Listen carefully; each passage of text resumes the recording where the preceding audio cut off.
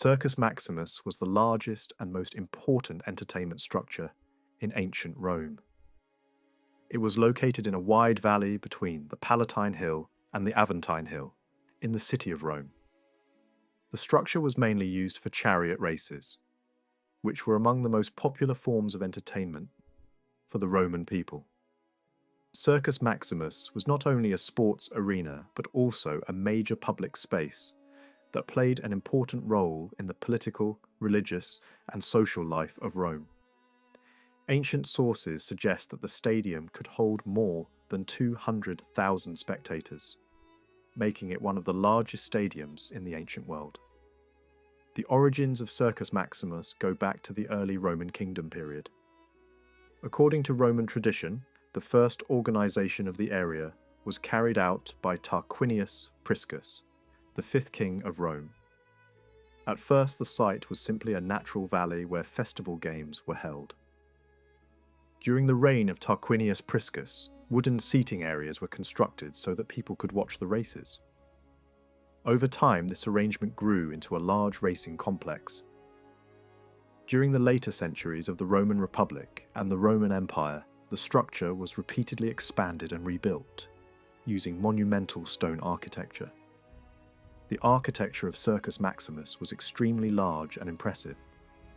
The building had a long U-shaped hippodrome design. In the center of the track, there was a long barrier called the spina, which divided the racing lanes. Chariots raced around this barrier during the competition. The spina was decorated with obelisks, statues, shrines, and other monuments. At one end of the track were the carceres, the starting gates where the chariots began the race.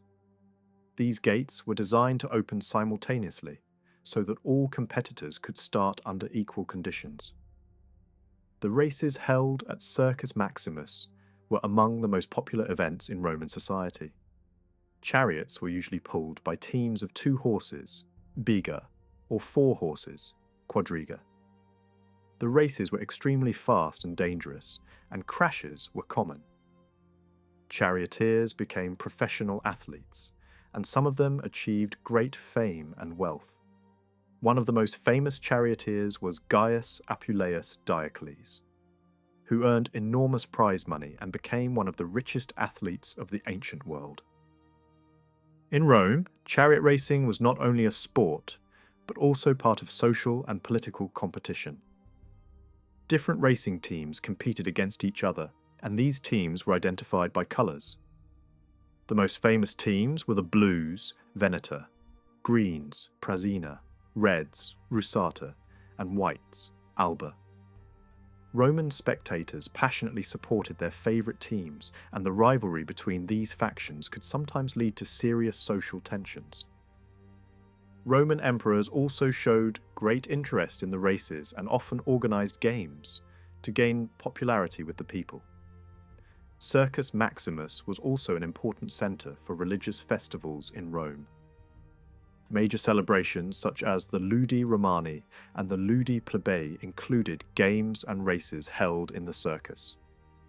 These festivals were dedicated to the Roman gods and formed part of religious rituals. Before the races began, sacrifices were made to the gods and ceremonial processions were held.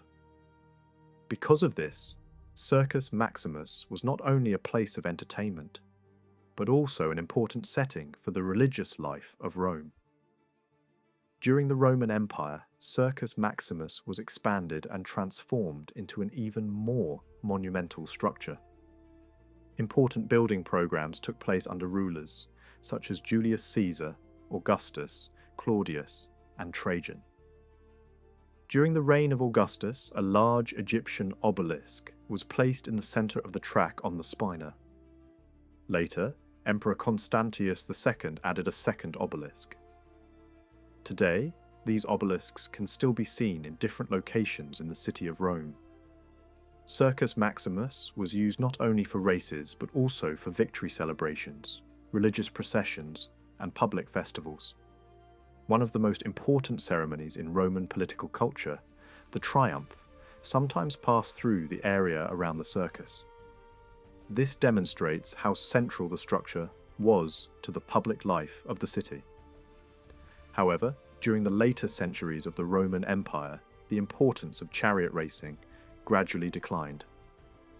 As Rome's political and economic power weakened in the 5th and 6th centuries CE, Circus Maximus also lost much of its former importance. The last recorded races are believed to have taken place around 549 CE, during the reign of the Ostrogothic king Totila. During the Middle Ages, much of the structure fell into ruin, and many of its stones were reused in other buildings. Over time, the area where the racing track once stood became an open field. Nevertheless, the outline of the ancient structure can still be recognized in the landscape.